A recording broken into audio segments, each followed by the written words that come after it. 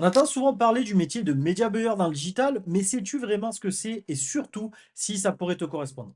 Un média buyer gère des publicités en ligne pour des entreprises. Il achète des espaces publicitaires sur Facebook, Instagram, TikTok ou Google et son job est simple, transformer chaque euro dépensé en plusieurs euros d'amis. Ce qui rend ce métier vraiment puissant, c'est que les entreprises recherchent désespérément ce genre de profil.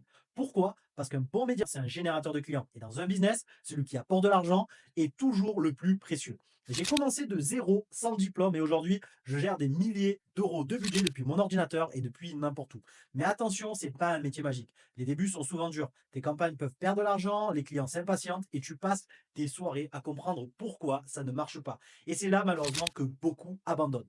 Mais comparons-le à d'autres métiers du digital pour lesquels tu t'es peut-être déjà intéressé. Par exemple, le community manager. Tu vas passer tes heures à créer du contenu que personne ne voit sans publicité car si les pages Facebook ou les comptes Insta que tu vas gérer ont peu d'abonnés, les publications seront peu visibles. Et ainsi, les clients peuvent vouloir te payer très peu cher, environ dans les 200 à 300 euros par mois pour créer beaucoup de publications, ce qui veut dire que tu risques de bosser beaucoup avec un minimum d'impact sur leur business.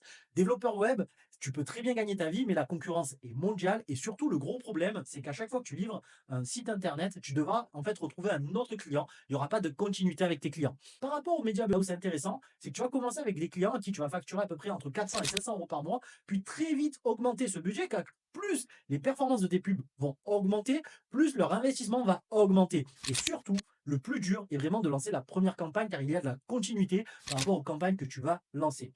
Mais il faut être honnête, c'est pas non plus un métier si accessible que ça, car sans une formation solide, tu ne pourras pas te lancer du jour au lendemain dans cette activité.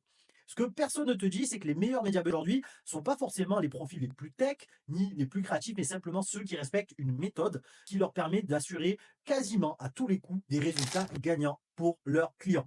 Si tu veux en savoir plus cette activité, ou surtout comment te lancer en moins de 30 jours dans le métier, même si tu pars de zéro, commente Média. Je vais t'envoyer un plan détaillé étape par étape qui t'expliquera comment trouver tes premiers clients et surtout comment toi aussi réussir à leur lancer des campagnes performantes. Et si tu aimes ce genre de contenu, abonne-toi au compte pour en avoir